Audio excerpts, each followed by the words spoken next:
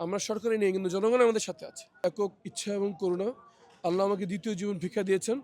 আমার প্রথম উদ্দেশ্য হচ্ছে যে আমার সাথে জুলুম হয়েছে, এই জুলুম যেন এই বাংলার মাটিতে আর কোনোদিন না হতে পারে সেটা নিশ্চিত করা।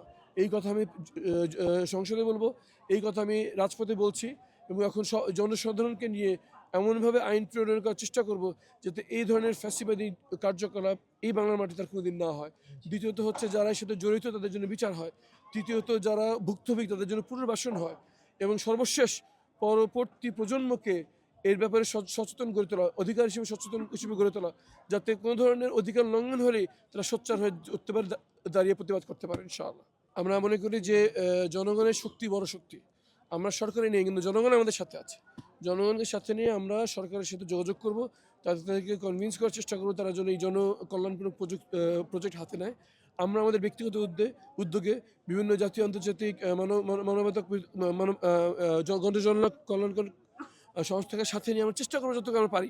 আর সরকারকে আমরা অ্যাডভাইস করব, ছায়া মন্ত্রিসভা থেকে তাদেরকে আমরা নীতি সহায়তা দেবো, এবং সবচেয়ে গুরুত্বপূর্ণ হচ্ছে তারা যেন তাদের ওয়াদার উপর অটল থাকে, সেটা আমরা বিরোধী দল থেকে নিশ্চিত করবো ইনশাআল্লাহ।